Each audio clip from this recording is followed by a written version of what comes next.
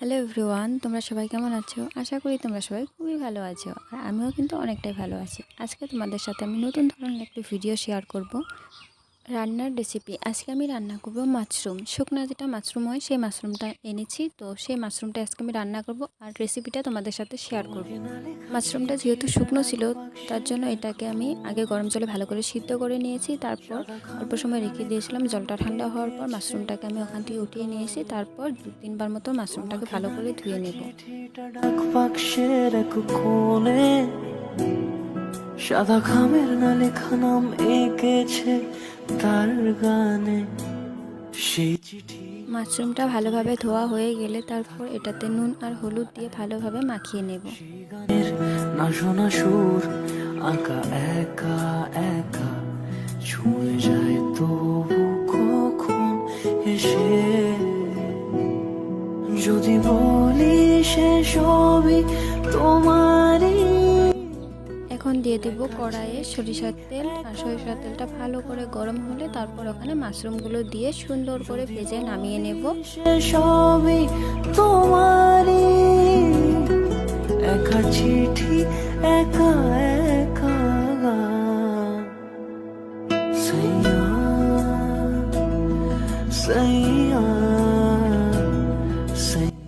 মাশরুমটা দেখো ভাজা কমপ্লিট হয়ে গেছে। আর ভাজার পর দেখতে কতটা সুন্দর লাগছে, খুবই সুন্দর কালার এসেছে একটা ভাজার পর। তারপর আবার আমি তেল দিয়ে নিচ্ছি কড়াই। আর এখন দেব তেজপাতা, তারপর দেব একটা শুকনো লঙ্কা আর জিরে ফোড়ন দিয়ে আমি আজকে রান্নাটা করব। আমি এই মাশরুমটা রান্না করব কিন্তু আলু দিয়ে।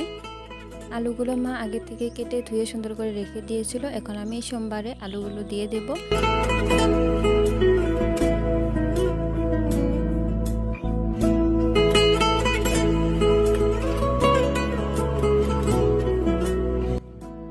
কিন্তু আলুটাকে একটু ভেজে নিয়েছি। ভেজে নেওয়ার পর ওখানে দিয়ে দেবো নুন, হলুদ আর লঙ্কার গুঁড়ো।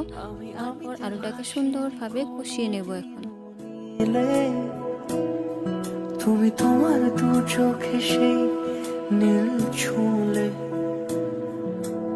আমিতে ভাসিনি কোনো দিনও নীলে।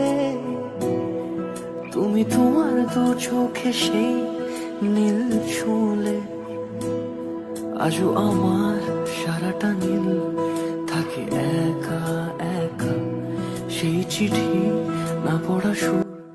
আলুটা সুন্দরভাবে কষানো হয়ে গেলে এখন কিন্তু এই কষানো আলুতে পরিমাণ মতো জল দেবো, যাতে আলুটা সিদ্ধ হয়ে যায়। কারণ আলুটা তো কাঁচা রেখেছিলাম, ওটা সিদ্ধ হতে একটু জল লাগবে। তো একটু জলটা বেশি করে দিয়ে এটাকে ভালোভাবে এবার ফুটিয়ে নেব, আর আলুটা যাতে সিদ্ধ হয়ে যায়।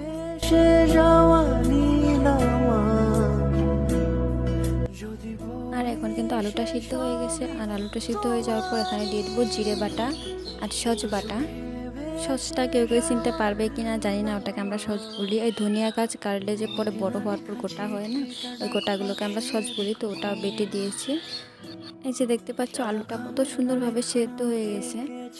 আর এখন কিন্তু দিয়ে দেবো এই ভেজে রাখা মাশরুমগুলো দেওয়ার পর ঝোলটা আর একটু সময় ফুটিয়ে নেব। তারপর লাস্টে দিয়ে দেবো গরম মশলা বাটা। তো ওটা দিয়ে এখন আমি ঝোলটাকে নামিয়ে নেব। তরকারিটার কালারটা কিন্তু খুবই সুন্দর এসেছে আর খেতেও দারুণ হয়েছিল। তো তোমরা অবশ্যই ট্রাই করতে পারো, খুবই ভালো লাগে খেতে।